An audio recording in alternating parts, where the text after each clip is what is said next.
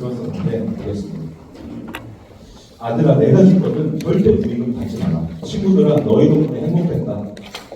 오 회장님이 그 체격도 크시고 카리스마를 갖춘 리더였는데 집에서는 좀 무뚝뚝했는데 친구들 사이에서는 보통 이렇죠. 집에서 무뚝뚝하면 밖에서 있기 좋고 밖에서 무뚝뚝하면 집에서 좀 잘하시고 그러시는데 아내와는 사이가 좋지 않았습니다. 아내랑 사이가 좋은 분을 저는 거의 못 본 것 같아요. 네. 아내가 사이가 좋으시면 사업 성장이 잘 안 되는 것 같아요. 네. 그래서 오래전 별거 생활을 했지만 자녀들을 생각해서 이혼하지 않았다. 그런 눈둥이 아들을 뒀는데 아버지 회사에 경영 수업을 받았고 초고속 승진을 해서 회사 공동대표 자리에 올랐다. 보겠습니다. 이 실제 사례예요. 후계부도를 구축했는데 그 골프 해외여행 많이 갔죠. 동남아로 가서 여생을 즐기고 싶었다. 그런데 스케일링을 받았는데 이때부터 인생이 바뀌기 시작합니다. 볼게요. 그래가지고 분당의 병원에 갔는데 백혈병 진단을 받는 거예요. 그래가지고 백혈병 중에서도 가장 치료가 쉬운 증상이라면서 안심을 시켰는데 별다른 이상이 없었기 때문에 입원 치료를 받았는데 근데 갑자기 싸한 게 느껴졌나 봐요. 이거 자칫 잘못하다가 내가 죽을 수도 있겠구나. 그래서 아들에게는 조문객으로부터 부익은 받지 말라고 당부를 한 거고 50년지기 친구 8명을 불러가지고 뭘 했냐. 오래 살지 못할 것 같다고 그 금을 순금을 인당 1,000만 원인가 2,000만 원짜리 순금을 다 8명한테 나눠줬습니다. 자, 각 친구들 가고 나서 호흡곤란 증세가 왔고 한 달 만에 세상을 떠나셨어요. 뭔가 본인 몸은 본인이 안다고 좀 느끼신 것 같아요. 경영 수업을 갔던 아들 오 회장은 만주 가운데 34%를 물려받았어요. 6년 전부터 준비해온 가업 상속공제를 국세청에 신청하면서 상속세를 납부할 필요도 없었다. 이게 예전 케이스입니다. 그래서 유래에 집중하기보다는 큰 흐름에 좀 집중을 해주세요. 하지만 1년 만에 세무조사가 나왔고 상속세를 납부하라고 통보를 했다. 차명 주식이 뒤늦게 발견이 된 거예요. 국세청이 확인한 차명 주식은 강 사장에게 맡긴 주식 지분 16%였다. 이 차명 주식 때문에 가업상제 요건을 충족할 수 없어서 거액의 상속세를 내게 된 거다. 가업상속공제를 받으려면 상속인 한 명이 가업의 전부 상속을 받아야 되는데 당시에 오 사장님은 아들은 아버지의 차명 주식을 상속세 신고 기간 내에 신고를 못한 거예요.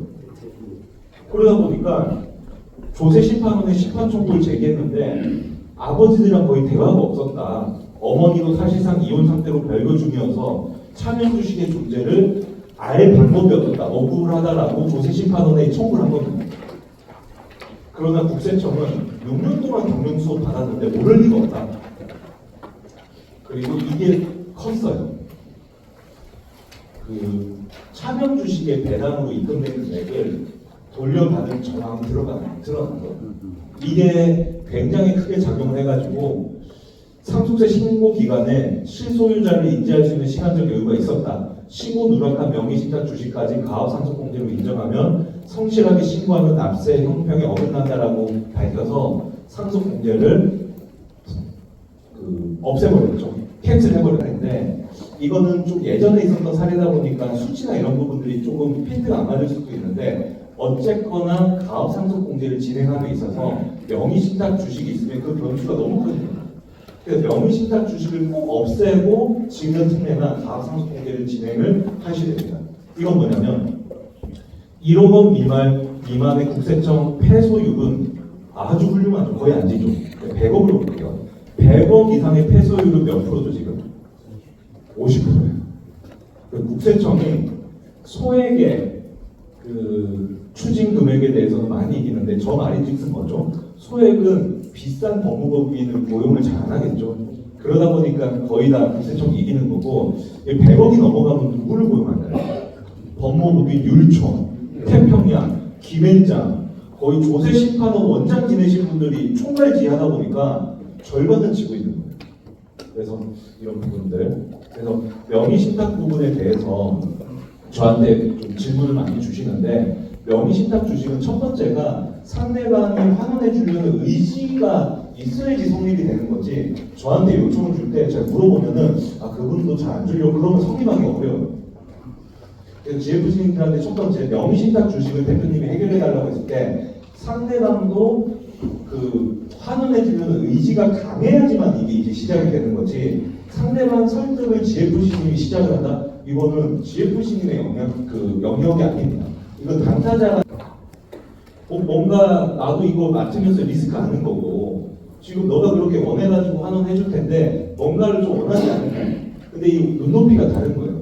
실제로 제가 상담해봤는데 대표님은 차명 주식을 보유하고 있기 때문에 원래 연봉 2억짜리를 3억씩 매년 줬대. 1억씩 더 줬대요. 7년 동안. 그런데 이 차명 주식을 보유한 분이 저한테 인터뷰할 때 뭐라고 하냐면 자기 청춘을 다 날렸대. 이 회사 때문에. 그러니까 너무 다른 거죠. 이거를 준비를 잘 못하겠다. 그래서 GF 시민들도 너무 중간에서 힘 빼지 마시고 차명 주식 같은 경우는 당사자가 서로 간에 합의를 해서 진행합시다 하고 들고 오게끔 해야 됩니다. 결국은.